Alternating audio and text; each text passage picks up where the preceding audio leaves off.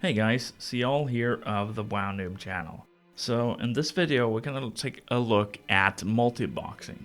Now, I've been talking about multi-boxing a lot for the last couple of months and I decided to show you what it's all about. So right now you're seeing a team of 5 hunters going through the Stormwind Stockades. Now I want to start off by saying that since this was recorded for about, I think it's like 3 or 4 weeks ago, I have learned a lot. This instance, especially the boss fights, is a little bit messy, and it's still kind of messy, but I know more about what I'm doing now. For me, multi-boxing like this is very new, so there are bound to be some problems from the get-go. So, the first thing you might ask yourself is, well, hey, is this legal? How does it work? Well, the legal part of it, I can say that Blizzard has no problems whatsoever with multi-boxing for a couple of reasons. Number one, every time you pay for 1 month subscription, I pay for 5. I have 5 active accounts. That means more money in the bank for Blizzard, and they're always happy about that. But you're not breaking any of the agreements either. The two major things that can get you banned is if you either change something in some of the coding in some of the files. For example, if you set up a private server.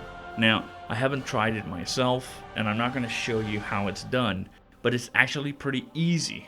And it's like one file that you need to change 2 or 3 lines of coding to do a private server. That's it.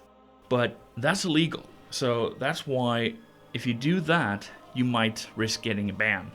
Now, the changing the lines of coding has actually been a problem for EU players who wanted to play on US servers or the other way around. All you need to do up until recently was just to go in one specific file and change one line of coding, and that was it. You could get access to the EU or US realms. But due to the fact that you're not allowed to do this, Blizzard has now given people the opportunity to just simply download the US or EU game clients. So this is not a problem anymore.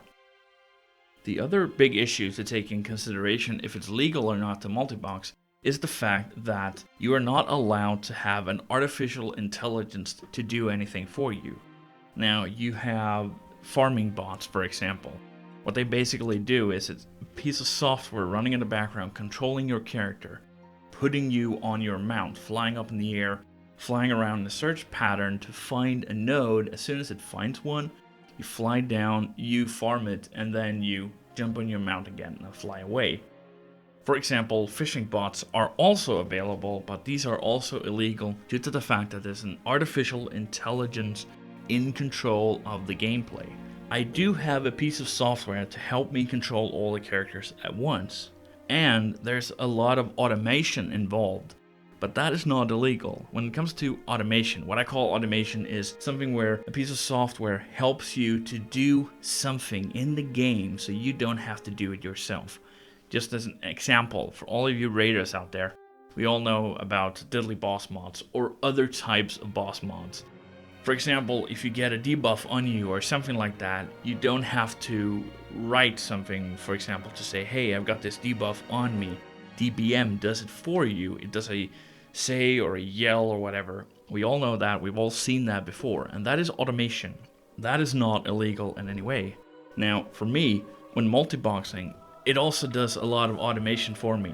It helps me to target whatever I choose to target, the main character that I'm in control, direct control of. Whatever that character targets, the software helps me with the other characters to target the same target. So all I have to focus on is which ability do I want to use and what strategy do I want to use to take down the boss and the ads. So now with all the legal stuff out of the way, let's talk a little bit more about gameplay. So as I mentioned, and as you can see, it is a little bit messy when I play. Right now the biggest problem is that I don't have some of the good abilities that I need to keep the ads away from me at this point. I think I need to be, if I remember correctly, it's mid-40s, where I'm able to teach my tenacity pets. That's the tanking pets, bears, turtles, and similar pets. Now, they have an ability called Thunder Stomp. It basically works the same as Warrior's Thunder Clap, I think it's called, and the Tauren racial ability called War Stomp or something like that. Anyway, I do need to be in my mid-40s before I have enough talent points to put into my pet's talent tree to actually learn this ability. The second ability that I'm really missing is Misdirect. Now, I have to be in my mid-70s before I get that ability, so until that point, I'm gonna have to make do with what I got. Come Mist of Pandaria, there's actually going to be a really beautiful change that is definitely going to help me out a lot. And that is the fact that they're removing the minimum range for hunters. Right now, what happens is my pet loses aggro, or my pets are losing aggro, and the ads and the bosses come running towards the hunter and start punching us in the face. Now, that's not necessarily the big problem. The big problem is that we are fighting back with our fists and our weapons, and we don't do particularly good when it comes to damage and melee range. Everybody knows this. We need to be ranged in order to do some nice damage. Now, due to the fact the minimum range is removed in Pandaria, at that point, a lot of times, the best solution is, instead of running away, just standing still, taking the damage, but keep attacking. That way, we're gonna do way more damage, and the bosses and the ads are gonna go down way faster. Whether it's multi-boxing or soloing, the one thing that I do the most during a boss encounter is running away, trying to get far enough away that I can do some range or damage. I think a lot of fights, my tactics would definitely change, both when soloing and multi-boxing in Pandaria, because a lot of the times it would just be easiest to stand still, take the punches in your face like a man or woman in these cases, and continuing to attack using your ranged abilities, taking down the boss. That's my theory anyway. So the idea with this team is to get them to end game level. I'm guessing that I'm not gonna be able to reach 85 before Mists of Pandaria comes out, so I'll probably need to level them all the way to 90 before I can start doing what they were meant to be doing. So the leader of the group is actually going to be in a lot of situations switched with my real main, Ziyall.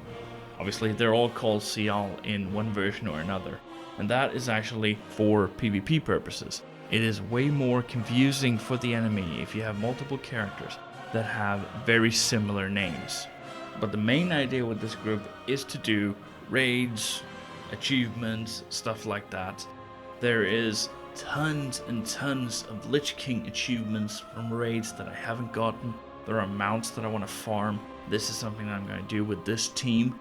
And when I'm done with all the Lich King achievements, there's Cataclysm. There are tons of achievements for both raids and the 5-man instances. And don't forget that when Mob comes out, we're getting scenarios. And from what we've been told, you don't necessarily need a tank or a healer. It can be a group of 5 hunters coming together to finish off the scenario so we can get our points so we can gear up.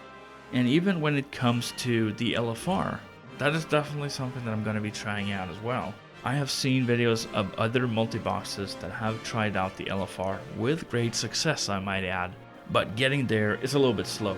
Right now, they're only in their early 30s, and due to the fact that I don't have the abilities that I had mentioned earlier, I can't really do too much instances at the moment. And due to the fact that we don't have a healer and a tank, we can't use the LFG to get into instances. So I have to literally go to the entrance of the instance to get in.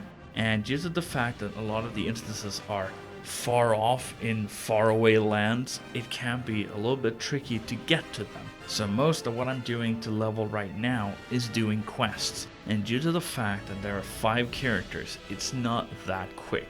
Well, yes, we can take down pretty much anything with one shot due to the fact that there are 5 people shooting at the same target, but every time we get a gathering quest, which is, I don't know, 50-60% of all quests are gathering quests. Usually when you need to find 10 items, I don't need to find 10 items, I need to find 50 items.